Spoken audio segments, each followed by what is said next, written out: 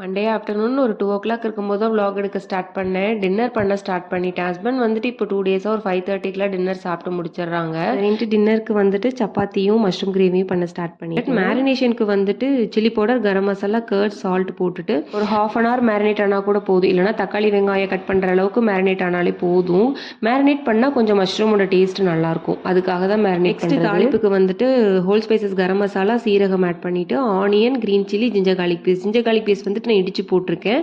Next வந்துட்டு masala add பண்ணிக்கணும். Chilli powder 2 teaspoon, coriander powder 1 teaspoon, garam masala 1 teaspoon.